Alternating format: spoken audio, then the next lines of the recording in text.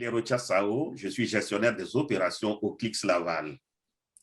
Je suis Latifa Mazar, je suis agente de développement au Clix Laval.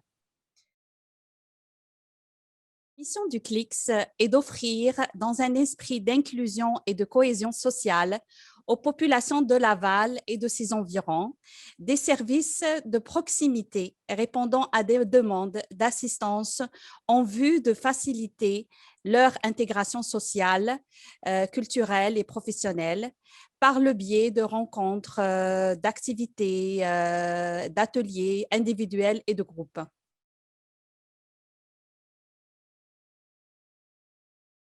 La conception et la mise en place du programme POL, projet d'aide et d'accompagnement d'urgence à Laval, qui s'articule autour de 3 axes: l'aide alimentaire, offrir des ordinateurs à prix modique et accompagner les citoyens vers les ressources du milieu. Le programme POL s'articula autour de ces 3 axes. Le premier volet, s'agissant de l'aide alimentaire, nous avons conçu le programme Zone Zéro Faim qui consiste à offrir aux populations qui en font la demande des cartes cadeaux en vue d'acheter de la nourriture auprès des épiceries du milieu.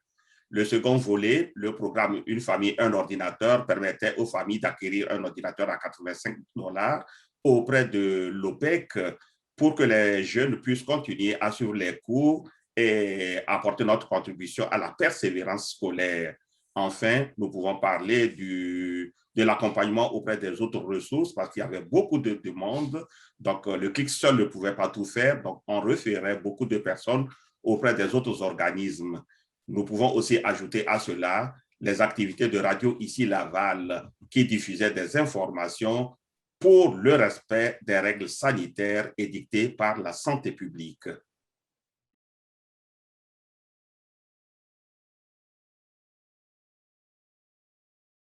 Donc, je suis Carole Charvet, je suis la directrice générale du Carrefour d'Interculture de Laval, un organisme en fait qui offre des services d'aide à l'accueil, à l'établissement et à l'intégration des personnes immigrantes présentes à Laval.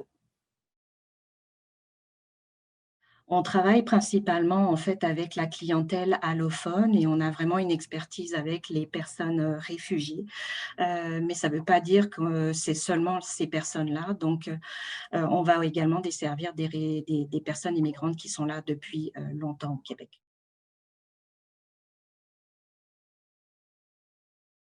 Bien, la première, c'était de s'assurer de pouvoir offrir un service dans des conditions socio-sanitaires qui, comment je dirais, respectent les mesures et puis qui favorisent la santé et la sécurité de tous. Donc, on a travaillé fort pour s'assurer d'avoir des lieux sains. Et puis, comme on a une clientèle vulnérable et qui a la barrière de la langue, ben, il fallait pouvoir les desservir en présentiel. Donc, de ce côté-là, on est très fiers d'avoir pu le réaliser. On a également mis en œuvre de nouveaux projets dans une année bien chargée. On a travaillé avec le ministère de l'Immigration pour développer un volet d'hébergement temporaire afin de continuer à recevoir et à rétablir au Québec des réfugiés pris en charge par l'État. Et on a également mis en œuvre 2 projets spécifiques pour les jeunes immigrants. Un qui s'adresse plus aux réfugiés pris en charge par l'État par rapport à leur intégration ici à Laval, et le deuxième qui touche plus à l'employabilité des jeunes immigrants qui n'ont pas nécessairement de qualification. Voilà.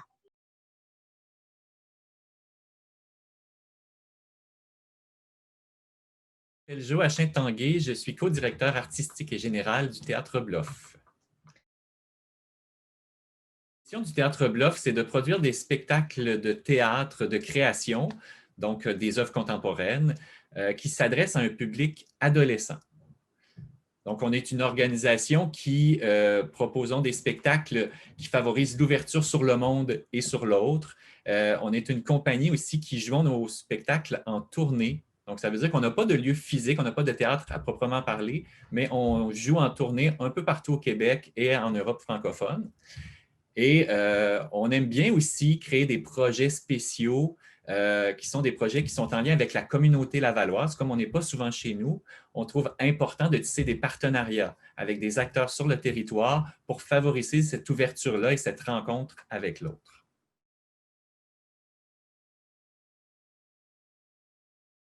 Bluff a réalisé un projet qui s'appelle « S'engager envers l'autre » cette année. C'est un projet qui visait à réhabiliter des populations qui sont plus marginalisées au sein de nos sociétés. Donc, on a travaillé avec des jeunes du Centre de réadaptation de Laval. On a travaillé avec des personnes âgées, des personnes immigrantes. Donc, ils ont été rencontrés par des artistes et le but, c'était de vraiment favoriser une rencontre, un échange entre ces différents groupes-là. Et au moyen de l'écriture, ils sont allés à la rencontre de l'autre, ils se sont confiés, ils se sont réellement rencontrés.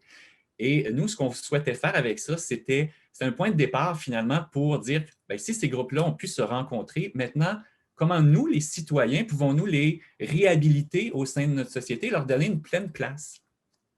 Alors, il y a une œuvre, évidemment, qui va être créée autour de ça, qui va favoriser la rencontre avec l'autre.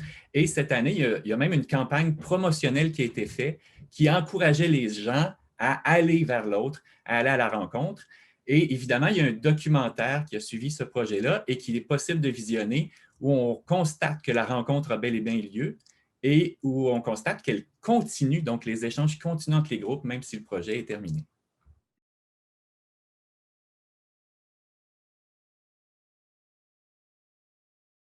Mon nom est Soumia Kassim, je suis la directrice générale de Textilaire Laval, qui est une entreprise d'insertion qui aide des personnes éloignées du marché du travail à retourner sur le marché du travail. Alors, notre mission, c'est d'aider les personnes qui sont éloignées du marché du travail à retrouver le chemin vers le travail. Donc, nos gens viennent, c'est des personnes qui sont soit nées ici, soit qui viennent d'ailleurs, qui viennent chercher cette expérience de travail chez nous. Donc, le programme est financé par Service Québec. Et les gens travaillent chez nous pendant 6 mois, 945 heures. Pendant ces 945 heures, ils apprennent un métier, que ce soit sur la coupe de chiffon industriel ou sur la couture industrielle. Donc, ils développent les compétences pour ce métier-là, mais en même temps, ils suivent aussi d'autres formations théoriques qui vont les aider à développer ces compétences et surtout reprendre confiance en soi. Beaucoup, ils l'ont perdu du fait qu'ils ont vécu des échecs à la recherche d'emploi ou ces personnes immigrantes qui viennent pour la première fois pour avoir une première expérience de travail.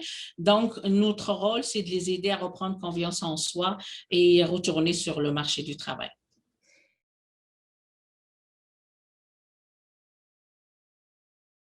Cette année, comme tout le monde, on a dû suivre les directives du gouvernement. Donc, on a fermé pendant une semaine. Comme j'ai expliqué tout à l'heure, on travaille sur 2 départements, la coupe de chiffon industrielle et la sous-traitance en couture industrielle. Donc, on a dû fermer tout pendant une semaine, mais suite à la demande de plusieurs clients, on est dû retourner pour faire de la sous-traitance en couture industrielle. On a fabriqué, on a confectionné des masques, on a confectionné des blouses. On en a fait tellement de blouses et de masques que mes filles, à certains moments, elles disent qu'il fallait faire autre chose. Mais pendant cette période-là, parce qu'il fallait juste faire les produits essentiels selon les directives du gouvernement. En même temps, quand même, il fallait garder le contact avec ces gens-là qui sont à la maison, qui ne sont pas sur place pour travailler. Donc, on a continué à leur donner des formations théoriques, soit comme en connaissance de soi, initiation à l'informatique, ou en francisation avec la commission scolaire Wilfrid Laurier. Donc, ils ont commencé à suivre ces formations-là virtuellement. Et les couturières qui pouvaient rentrer travailler, ils étaient là et ils suivaient aussi les formations qu'ils avaient droit, mais en même temps, ils faisaient quand même de la production dans la production de masques et de blouses d'hôpital.